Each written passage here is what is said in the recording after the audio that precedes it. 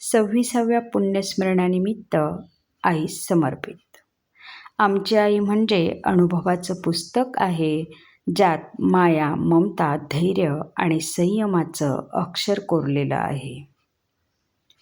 तिची प्रत्येक आठवण म्हणजे तुळशीच्या माळेतील सिद्ध झालेला एक एक मणी आहे आणि तिच्या प्रत्येक आठवणीत इतिहास आहे.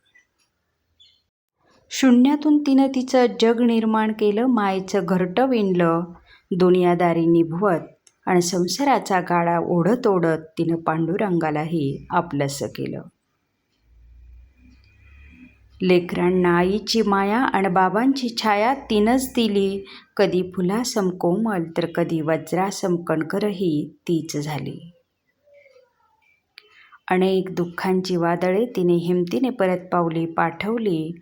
पर्वतासम न ढळणारी, न थकणारी, न हरणारी आमची आई ठामपणे दुःखाच्या सुनामीतही उभी राहिली.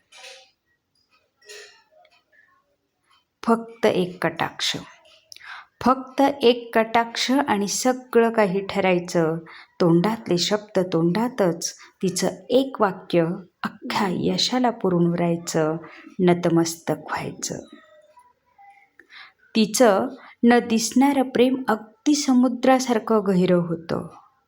तिचं न दिसणारं प्रेम अगदी समुद्रासारखं गहिरं होतं. आणि खरं सांगू, आमच्या आईचं असणंच मुळी आम्हा नातवंडांना हिरवं रान होतं.